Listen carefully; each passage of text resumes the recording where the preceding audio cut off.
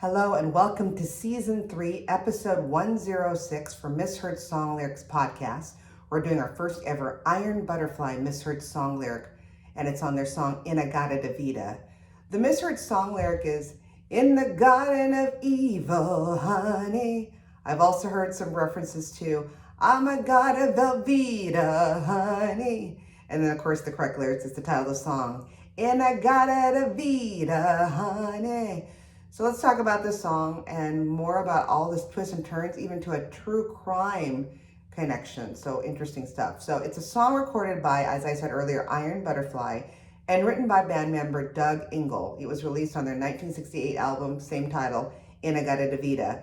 Now, Douglas Lloyd Ingle was born on September 9th, 1945 in Omaha, Nebraska. He is an American musician, best known as finding this band, Iron Butterfly, and former organist, primary composer, and lead vocalist for the band, Iron Butterfly.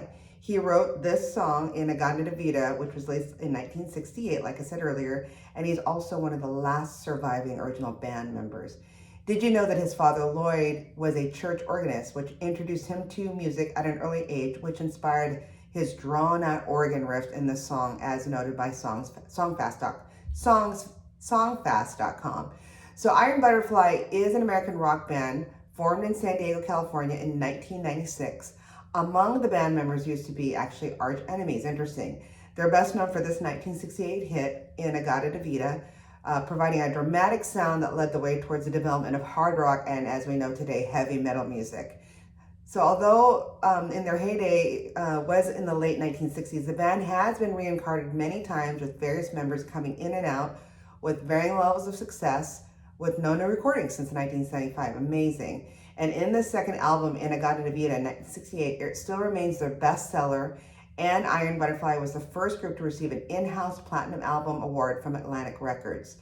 Their music has found a significant impact on international rock scenes, inspiring famous bands such as Black Sabbath, AC/DC, Rush, Alice Cooper, Soundgarden, and STP, aka Stone Temple Pilots, to name a few.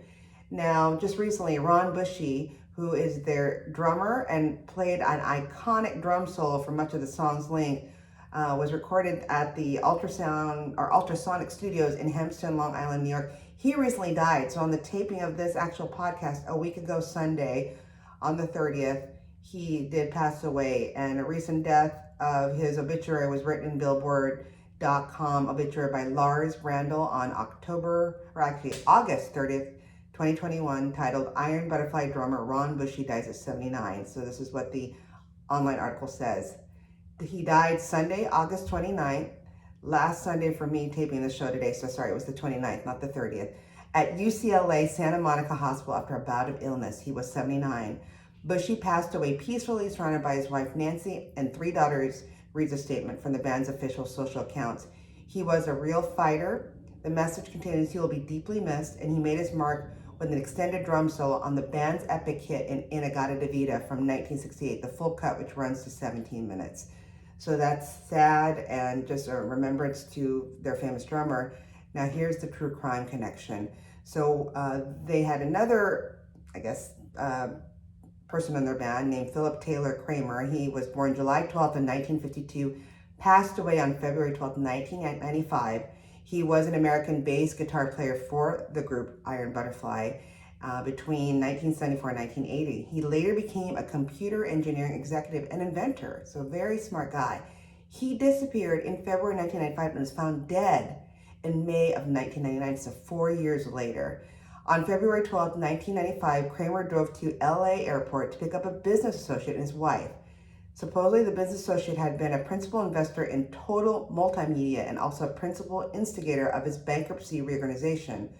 On his way to the airport, Kramer telephoned his wife to advise that the plans had changed and that the business associate and his wife should go directly from the airport to a hotel where Kramer and his wife would meet them later. Kramer, nonetheless, appears to have spent 45 minutes at the airport for some unexplained reason, and then during his travel to and from the airport, Kramer made a flurry of cell phone calls, including calls to his wife, Ron Bushy, who just recently passed this last week, and flying to the police. In the last call, Kramer said, quote unquote, "I'm going to kill myself and I want everyone to know OJ Simpson is innocent. They did it." This is supposedly a reference, supposedly a reference to video evidence in which Simpson is innocent, in which Taylor was hired just before his disappearance to analyze the authenticity of a videotape that the FBI and the DEA had on OJ Simpson murder trial. Interesting, so connection to the OJ trial. Kramer was never heard from again. His disappearance led to a massive search, many news reports, and talk show segments, including the episode of the Oprah Winfrey Show, America's Most Wanted, The Unexplained, which was in an episode, Strange Disappearances, originally aired June 7, 2000, and an Unsolved Mysteries episode, Season 8, Episode 3. And then an article in Skeptic Volume 4, Number 2, 1996 by Frederick L. Rice reported numerous conspiracy theories about his death. And then just recently, also in this month, so all weird that all the culmination of Bushy passing away on August 24th, so 5 days before Bushy's death of this year, his mysterious disappearance of Kramer was highlighted in a podcast episode titled Conspiracy, Philip Taylor Kramer, on the audio podcast named Supernatural with Ashley Flowers. So whoa, all this, triangulation of that. Discovery of his body was 4 years later on May 29th, 1999. Kramer's Ford Aerostar minivan and skeletal remains were found by photographers supposedly looking for old car wrecks to shoot in the bottom of Decker Canyon near Malibu, California. However, his father never believed he killed himself and is quoted as saying, quote unquote, Taylor had told me a long time before there were people bothering him. They wanted what he was doing, and some of them threatened him. He once told me, if I ever say I'm going to kill myself, don't believe it one bit. I'll be needing your help. Ooh, weird. Okay, so there's the true crime connection, also connection to OJ Simpson, as well as the recent, death of their famous drummer. So back to the song. At slightly over 17 minutes, it occupies the entire second side of the In-A-Gadda-Da-Vida album. The lyrics is a love song from the biblical Adam to his mate Eve, are simple and are heard only at the beginning and at the end. In-A-Gadda-Da-Vida was Iron Butterfly's only song to reach the top 40, reaching number 30 through the album containing the full-length song was far more successful, reaching number 4 on the album chart and selling over 1 million copies. A shorter version, an 8-minute, 20-second edit of the song, was included in the soundtrack to the 1986 film Manhunter, which I love that because it's a great actual actor in there, which is the actor that was in the original CSI, Peterson, I believe, and he plays a, kind of the beginnings of the whole Red Dragon movie that came out later on with the Tom Harris books, which, Silence of the Lambs. So all that connection there, really strange. And then in 2009, it was named the 24th greatest hard rock song of all times by VH1. It is often regarded as an influence on heavy metal and one of the first genres of the band. So more about the song background, though it was not recorded until the second album, In-A-Gadda-Da-Vida, was written during Iron Butterfly's early days. And according to the drummer Ron Bushy, who just recently passed on, Organist vocalist Doug Ingle wrote the song one evening while drinking an entire gallon of Red Mountain wine. So what happened was, when the inebriated Ingle then played the song for Bushy, he wrote down the lyrics for him. He was slurring the words so badly he was supposed to say "in the Garden of Evil" was interpreted by Bushy as "In-A-Gadda-Da-Vida." Even though nearly all of Iron Butterfly's songs were quite structured, the idea of turning the minute-and-a-half-long ballad into an extended jam session very early, Jeff Beck claims that he saw Iron Butterfly perform at the Galaxy Club in Los Angeles back in April of 1967, a half a year before the band recorded their first album.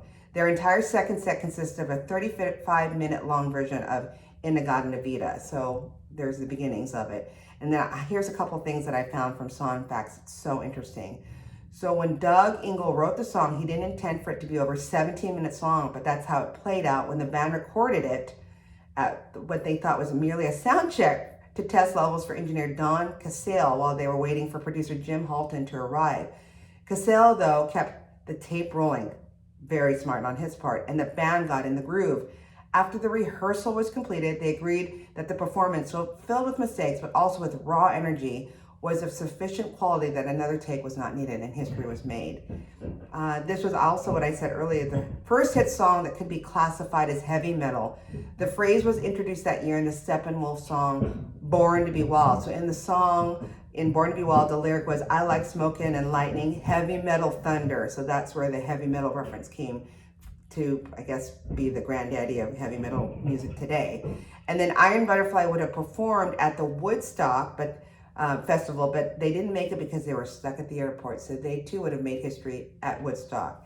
And there are only about 30 different words in the song, even though it's over 17 minutes long. So, wow, lots of stuff I didn't know about the connection to a true crime mystery with their bass guitarist, as well as the connection to OJ Simpson. And the actual song was supposed to be in the Garden of Evil, or in the Garden of Eden, but because of Dog Ingle being a little tipsy, was misinterpreted. But it's famous. But I still love the misheard song lyric of "I'm a god of Velveeta, honey." That works too. So if you have any great suggestions like this misheard, please send us our way at our social media sites, email address. We love to hear from you. Keep singing those songs wrong. Bye.